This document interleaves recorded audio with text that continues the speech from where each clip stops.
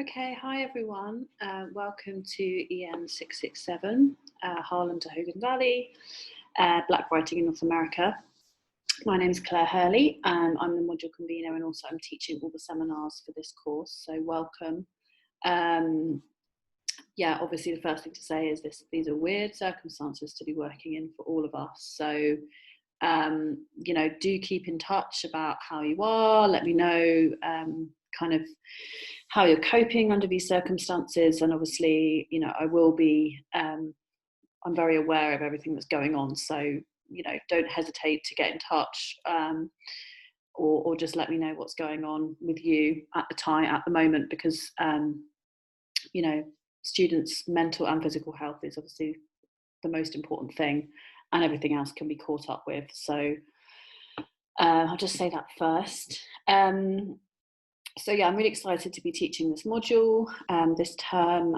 It's a great module full of really exciting books. So I hope you've managed to get hold of a lot of the texts over the last few weeks. And if not, then do try and get hold of them, either buy them or get them at the library, whichever you find easier. Okay, I'll get on now with the first lecture. Or I'm going to these kind of workshops are going to be in different sections each week. So this week there's 3 sections to it, and I'll give kind of a brief mini lecture, and then there'll be some questions or a kind of activity to do at the end of each section, which will be great if you could do that kind of as you go. So watch the first video and then do the first activity questions and then watch the second video, etc. And I'm looking forward to meeting you all in seminars over the next few days. Okay, so yeah, so just to briefly introduce myself. So I'm Claire Hurley. I might have met many of you last year. I'm from London, West London. I studied all my degrees at Kent, so my undergraduate, my MA and my PhD. So I've been around a long time. My PhD research was on kind of feminist poetry, but I actually studied all white women, all American women in the 20th century, but they're all white. And then I kind of had a realization a couple of years ago now, where you just look at what we're studying and like how white it is and how the lack of diversity, particularly in English studies, but across the board. And that's what's led me to kind of my current research, which is much more on kind of blackness. So this module fits in really well with that. I'm a member of what's called the Kaleidoscope Network at Kent, which is a group of lecturers who are trying to sort of decolonise the University of Kent. You can have a look into that if you want. And currently I'm working on hoping to kind of lead or create the first ever international conference on grime music. So there's a lot of interesting research in the United States on rap music, but there's very little on UK grime. So that's one of the things I'm currently working on. Okay, and I'm just going to introduce this very briefly now, and then we'll also look at it at the beginning of the seminar. So sorry, the slide is quite full, but basically this is what's called a principled space. And I'll just talk you through it. Don't worry about reading this yet. But basically, obviously we're looking at Black writing, and that comes with a lot of tricky conversations around race and racism, and it can make us feel uncomfortable. It's sometimes a difficult thing to kind of face up to and work through. So this idea of a principled space rather than a safe space, which something you might have heard of, is somewhere where a safe space, is a kind of idealized place where you can all talk through difficult things and feel safe about it. But Hannah Ramos has problematized the notion of the safe space and said that it's kind of impossible in our society to have a safe space because of how we've been socialized and brought up to think about race and gender and all these kinds of issues. So instead, Ramos suggests that a principled space is better to create the kind of environment we want to develop. And that's something that I have tried to utilize on this module. So thinking about this set of principles that we can all work through together and kind of agree to as a basis for our discussion in seminars.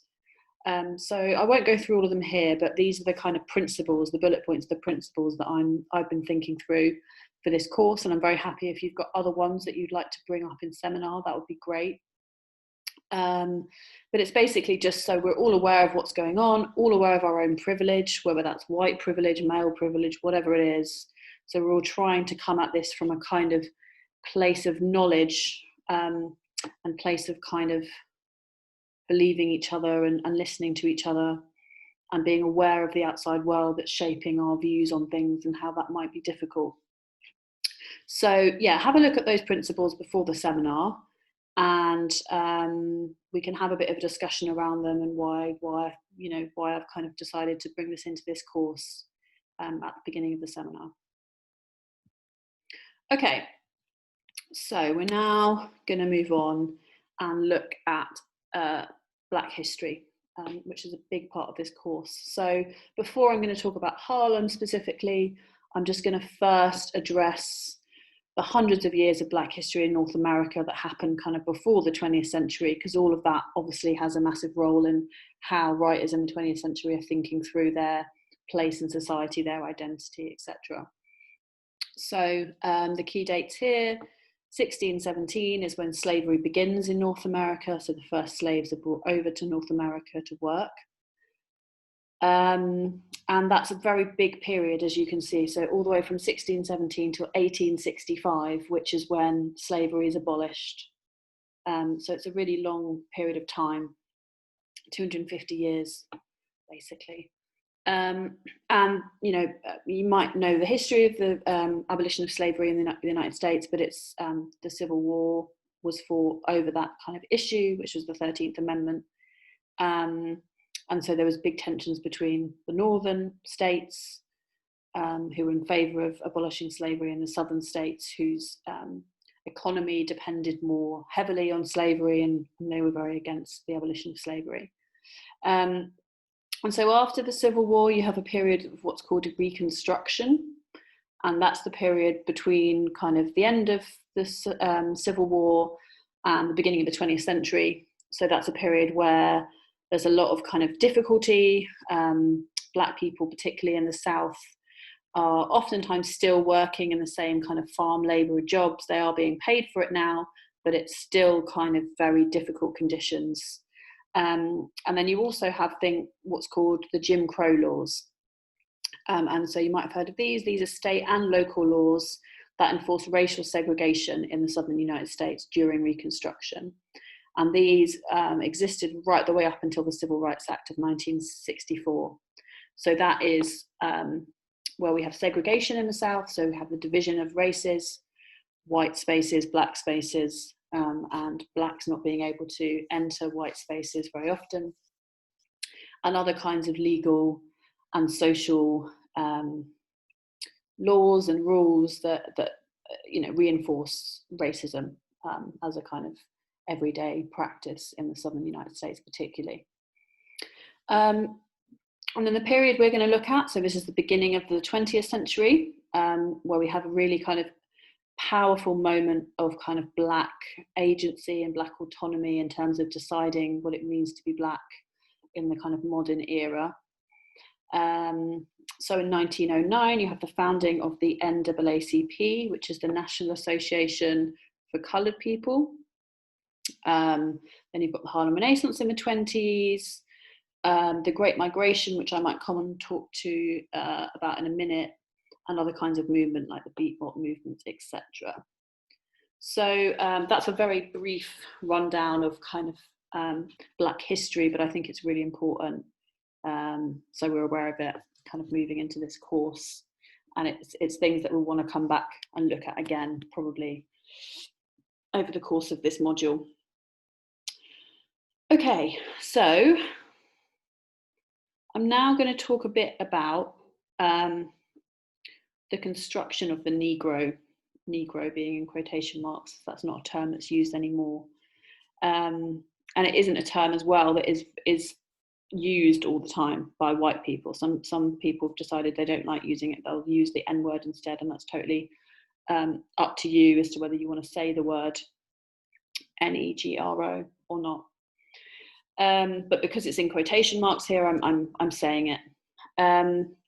So the first kind of one of the first major guess, kind of philosophical, political doctrines about what it meant to be black in America actually came from Thomas Jefferson, who was one of the founding fathers of the United States. And he's got a text called Notes on the State of Virginia, where he very explicitly talks about black identity and what he sees as the inferiority of the black race. So he says here, comparing them by their faculties of memory, reason, and imagination, it appears to me that in memory they are equal to whites, in reason much inferior, as I think one black could scarcely be found capable of tracing and comprehending the investigations of Euclid, and that in imagination they are dull, tasteless, and anomalous. So you can see him directly contrasting what he sees as a kind of biological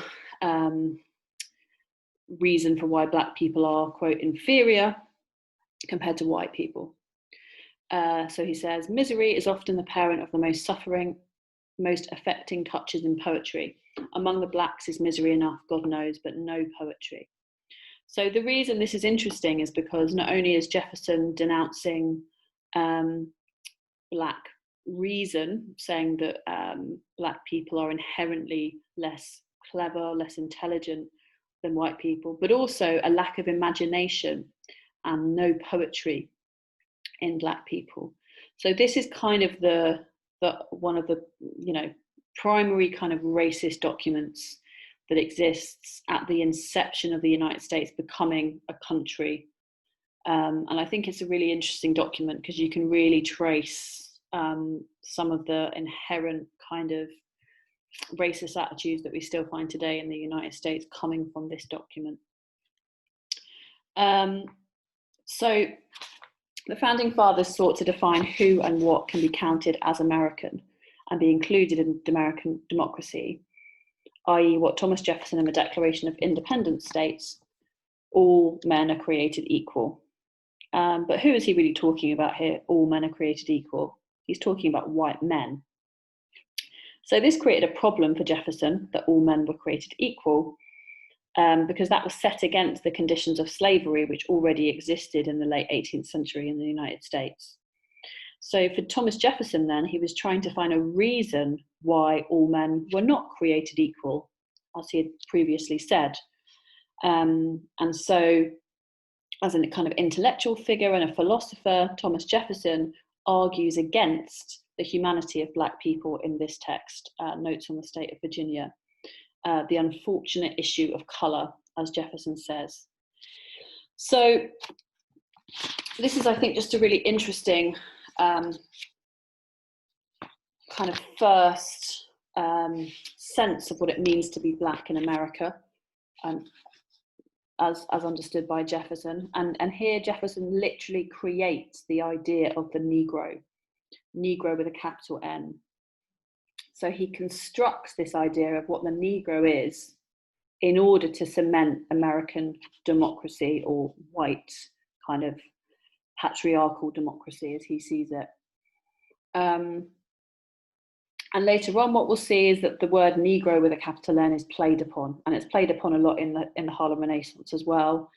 You've got the idea of the new Negro, and then later on, writers like James Baldwin has a series of essays called "I Am Not Your Negro." So this is clearly a kind of founding kind of question and issue for thinking through blackness in the 20th century. So you might wonder why I'm going back to the founding fathers of US democracy, but it's clear that there's a kind of intellectual argument being made here by Jefferson that black people were inferior, and that sense of inferiority is actually enshrined throughout the documents of the creation of the United States. So there's never a sense in which black people were ever treated or created equally. That is a kind of fallacy. I'm just briefly now, let me just see how.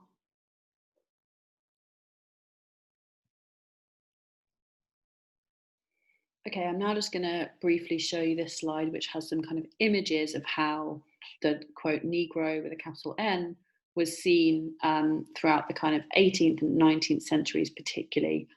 And obviously all these kind of caricatures are based off of slavery. And a lot of the times the reason they were created in the first place was to try and justify slavery, essentially to say, look at these caricatures, look at these figures, don't they deserve not to have the same rights and freedoms as white people? So these kinds of set of stock figures that were created in the 19th century, so the old Negro, we might want to see him as, I think, they play a really important part in how white people, I guess, kind of constructed a sense of what blackness was. So these kind of stock figures have nothing to do with kind of any kind of real black identity. They're absolutely just a portrayal in order to justify the subjugation of black people in the United States during slavery. And so Alan Locke in The New Negro, which hopefully you've read for this week, he says, "The old Negro was a creature of moral debate and historical controversy. He has been a stock figure perpetuated as a historical fiction, partly in innocent sentimentalism, partly in deliberate reactionism." So this idea of a stock figure, historical fiction, there is no such thing as the old Negro. They were constructed entirely as a kind of fiction. And there's an interesting duality here in this quote, because he says that was it innocent sentimentalism which led to the old Negro's creation? So a kind of almost nostalgia for a sense of very simple stock figure identities of black people, so the mama figure or the Uncle Tom figure? Or was it actually deliberate reactionism? And by that they mean if you suppress people's identities and you don't let people have an identity, that's actually a really powerful way of preventing kind of progress, preventing political upheaval, so preventing the abolition of slavery. So it can be both of those things, I guess.